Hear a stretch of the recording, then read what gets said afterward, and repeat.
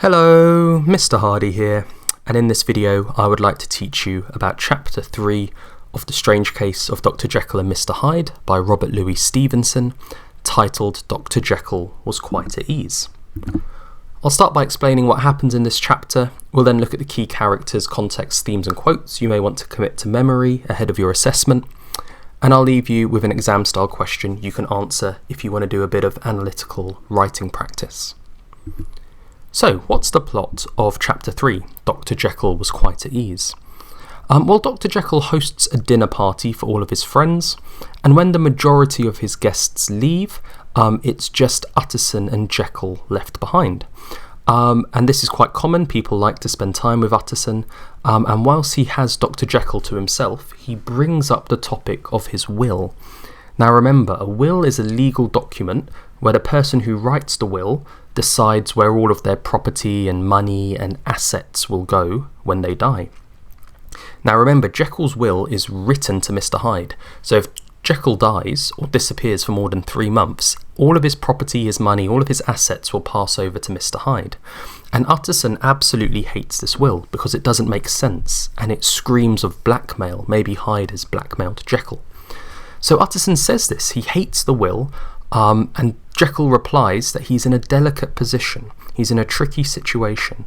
However, he thinks he can get rid of Mr. Hyde whenever he wants. Jekyll feels, at this part of the novella, that he's still in control. Jekyll also makes Utterson promise that he will do right by Mr. Hyde. So what that means is, should Jekyll die or disappear, that Mr. Utterson will properly execute the will. He will make sure that all of Jekyll's property and money and possessions and assets pass over to Mr. Hyde. Now, Utterson says he will do it. He's reluctant, but he will execute the will. However, he admits he will never ever like Mr. Hyde. And that's it. That's the end of Chapter 3. It was short and sweet. So let's take a look at a couple of the characters we meet in this chapter. Of course, we know Mr. Utterson, our lawyer, our narrator, our detective. But what do we learn about him? Well, we learn he's well liked. It literally says he was liked well. We learn that his personality is dry, sobering and silent. He's described as the dry lawyer. Sitting with him is like practicing for solitude, practicing for loneliness. He's a man of rich silence, so he doesn't say much. It's quite comfortable being around him in silence. He's a bit boring, to be honest, but reliable, trustworthy. That's my next point. He's a trusted man. He literally says, I am a man to be trusted. So this is something he prides himself on, and this would be a very gentlemanly quality. A Victorian gentleman would pride themselves and ensure they have a good reputation about being trustworthy and honest. Utterson also shows that he's a really good friend. He has genuine concern for Jekyll. He feels that Hyde might be blackmailing Jekyll. He worries about Jekyll's safety and financial future and the will. So he shows he's a good friend, he's a concerned friend. But ultimately, Utterson is a professional, and when Jekyll says, will you execute the will? Utterson says, yeah, I will, because ultimately he's a professional and he does his job. So the next main character to look at will be Dr. Henry Jekyll himself. Now, Dr. Jekyll is a big man, which is important to know. Physically, he's big, and that becomes more apparent later on in the novella. He's also a stylish man, which again, his physical appearance is very important. So by stylish, I assume he dresses well, has the latest fashion, etc. He's described as a large, so that clearly indicates his physical size. Well made, that indicates he's fashionable. Smooth faced, that indicates he shaves. Man of about 50 years old. We learn personality wise, Dr. Jekyll is capable and kind. Capable means, he's competent, he can do stuff. And we learn this in the phrase capacity and kindness. He has a capacity to achieve things, to do things, but he's also a kind person as well. We learn that Jekyll and Utterson are close friends, and we learn that Dr. Jekyll criticises Dr. Lanyon. He literally calls him an ignorant, blatant pedant.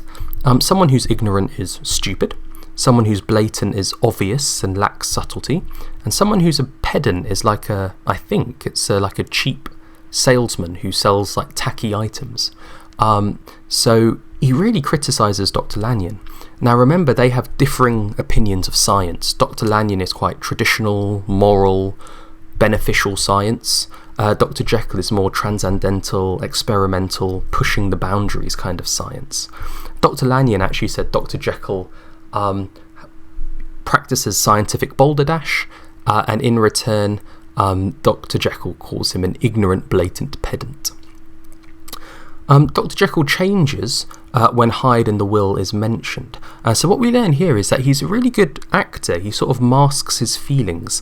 When Utterson brings up the topic of the will, it says in the novella, the topic was distasteful, so that meant it upset Dr. Jekyll, but the doctor carried it off gaily meaning like happy. He covered up his distaste, his disappointment, so he's quite good at acting and pretending, which is important as the novella develops.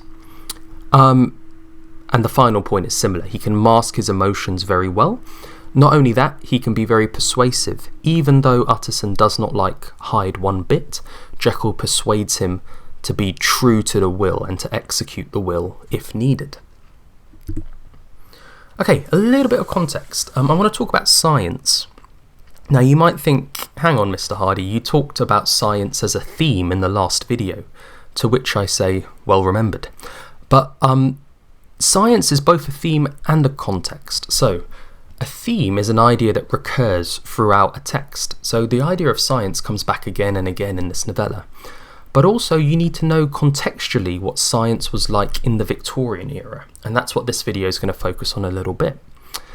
So in the Victorian era, it was a time of great scientific development. And this led to something called the Industrial Revolution, which arguably made Britain one of the economic powerhouses that it is today. So science was being used to make machines run off of steam, and from these machines we developed manufacturing and weapons and vehicles and transport, and that sort of helped grow Britain to become a very rich and powerful nation. So science has been clearly very positive for Britain. Darwinism, we touched upon this in the last video, is the idea of Darwin's science, basically, sometimes called the theory of evolution, the idea that we evolved from other species. So we started off as, I presume, bacteria, and then became, I don't know, invertebrates and fish, and then small animals, and then all the way up to human beings. We evolved up to human beings. And this opposed a Christian belief in the Victorian era, which was that God created the universe. So contextually, there's a tension between science and religion. Religion is a theme and a topic and a context that I'll explore in a later video. Now, the opposite of evolution is devolution, which means getting worse with time. Evolution suggests you should get better and more developed with time. Devolution suggests you should get worse with time. And Stevenson plays on this idea with the troglodytic Hyde. Remember, a troglodyte is an ancient Greek word. It's like a small, cave-dwelling human figure. And Hyde is described like this, as if he's less evolved than the rest of humanity. A bit of context, there was a real-life doctor called Dr. Hunter, and he may have inspired Dr. Jekyll. Stevenson was aware of Dr. Hunter. Dr. Hunter was a well-known doctor, and his wife threw and hosted sort of big public parties for all her upper-class friends, a bit like Dr. Jekyll does in this chapter. Now, Dr. Hunter lived in a very nice part of London, but he had a scientific lab where his students would stay in a slightly more run-down, dodgy part of London. This is a bit like Dr. Jekyll having a house in Cavendish Square, which is famous for all the doctors who live there. I think the novella describes it as a citadel of medicine. However, Jekyll also has his labs and his other house, Blackmail House, in Soho, the dodgy criminal part of town. Now, why it's important that it's criminal is because these doctors, the real-life Dr. Hunter and the fictional Dr. Jekyll, would often pay body snatchers for bodies to do experiments on, dead bodies called cadavers. Now, in real life, Dr. Hunter may have paid what you would call a body snatcher who would go and dig up a recently buried person from a grave, bring that body not to the nice fashionable bit where Dr. Hunter lives, but to the sort of sordid and dirty laboratory where his students live. And so the next day when he performs his scientific experiments, he has a fresh body to deal with. Now, Robert Louis Stevenson, the writer, actually writes a short story called The Body Snatchers, which is well worth a read if you're interested in this and want to gain a bit more scientific knowledge and read a little bit more about Robert Louis Stevenson's style of writing, particularly if you like tense Gothic horror literature. At the time, historically, there were two people called Burke and Hare, and they were probably the most famous body snatchers. They were up in Edinburgh, I believe, and what they would do is they would listen out for news of someone being recently buried, and then as soon as they were buried, in the middle of the night, they'd come and dig up the body and sell it to these doctors, like Dr. Jekyll and Dr. Hunter, who would pay them good money for a fresh cadaver, a fresh body. However, Burke and Hare got greedy, and actually they started killing people who were alive, and then taking their very, very fresh bodies to the doctors, who would pay lots of money for it.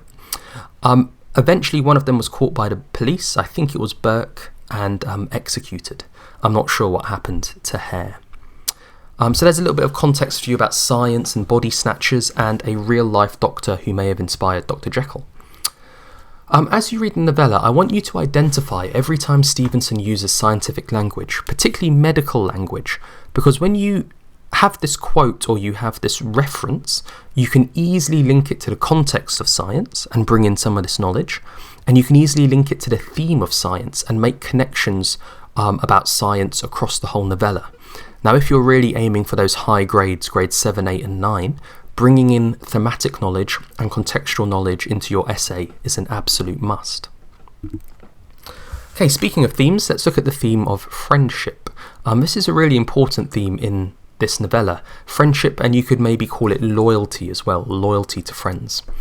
Mr. Utterson, Dr. Jekyll and Dr. Lanyon are old and close friends, so they have a strong friendship. And it is Mr. Utterson's friendship with Dr. Jekyll that inspires him to take on this role of detective and investigate Mr. Hyde and investigate the will. Now, Stevenson presents friendship as very powerful, but not perfect. And we see that with Dr. Jekyll and Dr. Lanyon. Their friendship has parted ways because they both practice a different style of science. And arguably, their disastrous consequences that both of them face you could argue could have been prevented if they remained friends. However, because their friendship, their loyalty broke, and instead they both became loyal to their science, they both ended up suffering later on in the novella. Okay, what quotes might you want to memorise from this chapter? Utterson, he was described as a well-liked man. Jekyll is described as large, well-made, smooth-faced man of 50. When Jekyll refers to Dr. Lanyon, he calls him a hide-bound pedant. This is slightly different to the quote I brought you earlier, which was an ignorant, blatant pedant. Pedant means the same thing. I think it's someone who sort of sells cheap trinkets, like a bit of a con salesman. Hide-bound. Hide is like animal skin, so he's like bound by animal skin, I guess. Also, Hyde it sounds the same as Mr. Hyde. So if you're hide-bound, are you on a predestined journey? Is this a foreshadowing to say that Lanyon will eventually meet Mr. Hyde? Which, if you read the novella, you know actually happens. When Lanyon refers to Jekyll's work, he calls it scientific heresies. It's a little bit like when he said scientific balderdash. A heresy, you can link this to religion, which is a topic I want to talk about in a later video. But a heresy is when you go against God. So let's say you live in a society where everyone believes God is real, and you stand up and say God is not real. You would be called a heretic because you go against a religious belief. So Lanyon thinks that Jekyll's science goes against God. So God has created humans, and Jekyll's science is designed to meddle with the very nature of humans. It's transcendental, it's immoral. And Dr. Lanyon thinks that's, anti-God, anti-Christian at the time. Jekyll, when describing his situation with Mr. Hyde, says, "I am painfully situated." I'd explore that word painfully if I was analysing that quote. Utterson says, "I'm a man to be trusted." You could link this to the idea of maybe friendship, loyalty. You could link this to the idea of a gentleman. It's quite a nice, easy quote to remember, an easy point to make about Utterson as well. He's trustworthy. Jekyll at this stage of the novella thinks he can get rid of Mr. Hyde. He literally says, "I can be rid of Mr. Hyde." Those of you who have read the whole novella and are using this for revision purposes, you know that isn't true. Those of you who haven't read the novella, sorry, spoilers. So, what you can do, you can make notes from this video on a physical copy of the novella. You can also answer this exam-style question. How does Stevenson present Dr. Jekyll and Mr. Utterson's friendship in Chapter 3? Dr. Jekyll was quite at ease. You might want to talk about how Dr. Jekyll threw a party and invited Utterson. Clearly they're friends. Even after all the guests had left, Mr. Utterson stayed behind, so clearly they're close friends. You could maybe talk about how Mr. Utterson disagrees with Dr. Jekyll's will, but how Dr. Jekyll persuades him to execute the will. There's a lot of different layers to their friendship here. And when Mr. Utterson asks Dr. Jekyll about Mr. Hyde, Dr. Jekyll doesn't really give any information. So maybe, are there some cracks in their friendship? Is this going to be the downfall of Dr. Jekyll or Mr. Utterson? There's lots you can explore here and bring in that thematic knowledge of friendship if you want. Okay. If you found this video useful, please give it a like. Please also subscribe to my Mr. Hardy YouTube channel for the rest of my Jekyll and Hyde analysis, and feel free to leave a comment if you think there's anything that I missed out. Well, thank you for your attention, and I'll see you on the next one.